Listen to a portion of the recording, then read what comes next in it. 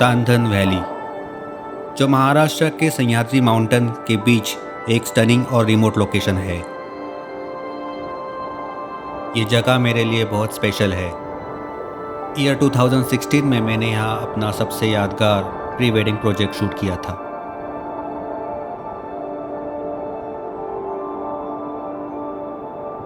और आज हम इस इनक्रेडिबल लोकेशन को विजिट कर रहे हैं उस पल को याद करने और आपके साथ behind the scene moment share करने के लिए।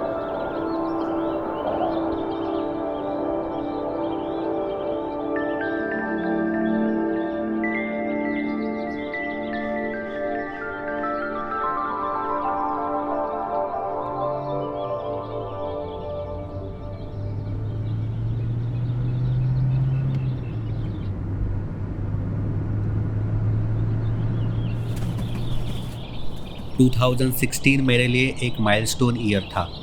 मैं हमेशा यूनिक और एडवेंचरस लोकेशन ढूंढता रहता था और सांदन वैली सब बॉक्सेस टिक कर गई। इस जगह के steep rock walls, natural water pools और रगेड ब्यूटी ने इसे परफेक्ट बैकड्रॉप बनाया।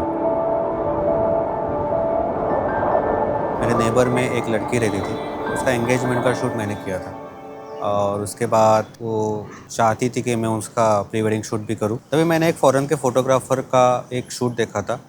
वहाँ पे उसने वेडिंग कपल को एक पहाड़ के ऊपर, क्लिफ्स के ऊपर खड़ा करके एक फ़ोटो शूट लिया था। तो मैंने सोचा कि मैं भी कुछ ऐसा ही कुछ कर सकता हूँ। तो उसके बाद मैंने उस लड़की को और उसके प्रियांशे को वो फ़ोटो शूट दिखाया और मैंने उनको बोला कि हम लोग ऐसे कुछ कर सकते हैं अगर आपको मीडिया को शूट नहीं करना है तो। And guess what, they like it. और मैंने चालू किया प्लानिंग। शूट के 15 दिन पहले हम लोग सांदन वैली गए रेकी करने के लिए। रेकी के बाद मैंने वहाँ के कुछ तस्वीरें निकाली और फिर वो कपल को दिखाया, तो होपफुली वो रेडी हो गए और फिर आ गया शूट का दिन।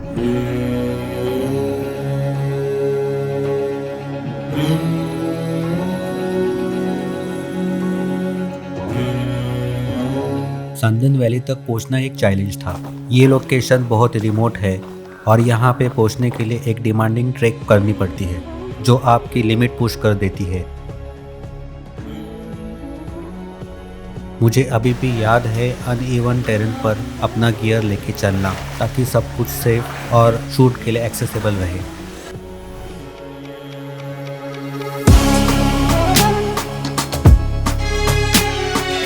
ये शूट सेफ्टी के बिना होता ही नहीं, इसलिए मैंने क्लाइंबर्स की टीम को हायर किया था। उसके बाद हम लोगों ने वहाँ पे बहुत सारे नॉर्मल फोटोज निकाले।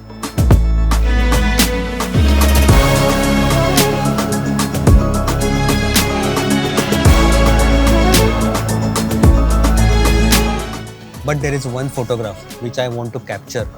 It was technically very difficult and physically very challenging for me. Let me explain. Let's go to the home.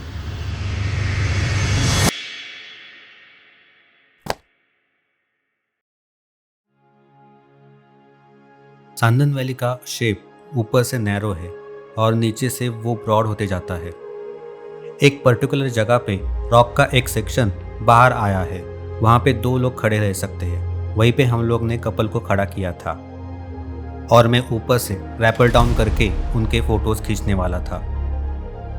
Rappelling करते वक्त आपके दोनों हाथ और दोनों पैर एंगेज रहते हैं, तो एक दिक्कत ये थी कि मैं कैमरा कैसे पकड़ूंगा।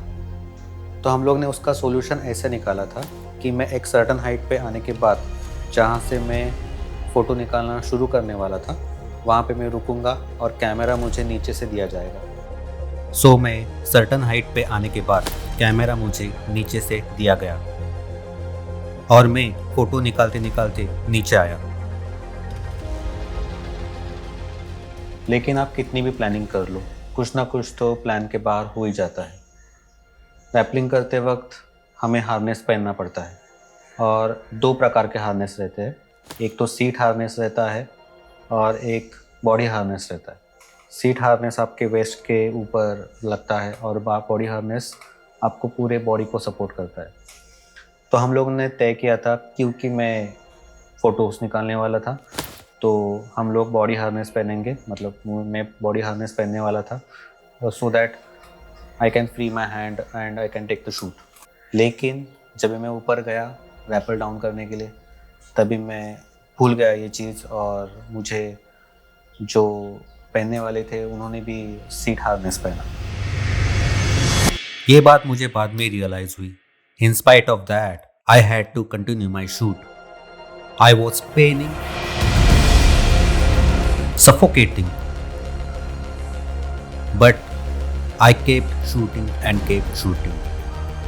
जैसे ही मैं नीचे आया, I collapsed, but I knew that I got the shot.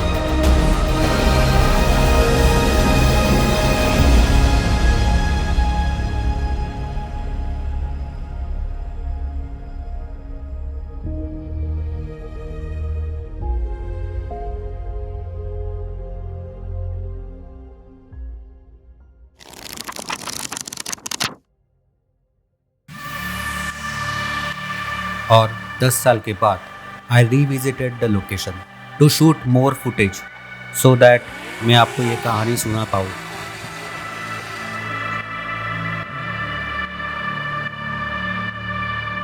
Sandhan valley अब फेमस है, और वो शूट वो मेरी जर्नी का एक इम्पोर्टेंट पार्ट बन चुका है।